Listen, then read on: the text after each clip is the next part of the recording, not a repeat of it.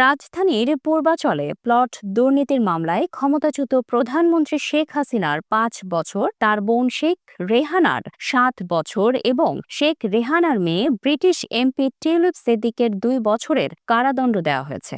সোমবার ঢাকার বিশেষ জজ আদালত ৪-এর বিচারক মোহাম্মদ রবিউল আলম এই মামলার রায় ঘোষণা করেন।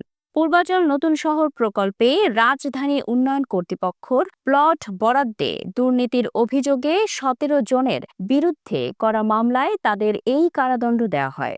দুর্নীতি দমন কমিশন মামলাটি করে গত ১৩ জানুয়ারি। তাতে শেখ হাসিনা, শেখ রেহানা, টিউলিপ সিদ্দিক সহ ১৭ জনকে আসামি করা হয়। দুদকের অভিযোগ, টিউলিপ সিদ্দিক যুক্তরাজ্যের ক্ষমতাসীন দল লেবার পার্টির এমপির ক্ষমতা ব্যবহার করে মা শেখ রেহানা, বোন আজমিনা সিদ্দিক ও ভাই রাদওয়ান মুজিবের নামে পূর্বাচল নতুন শহর প্রকল্পে প্লট বরাদ্দ নিয়েছেন।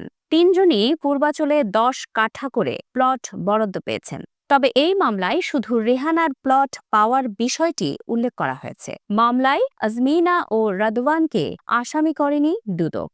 দুজনকেই অন্য দুটি মামলায় আসামি করা হয়েছে।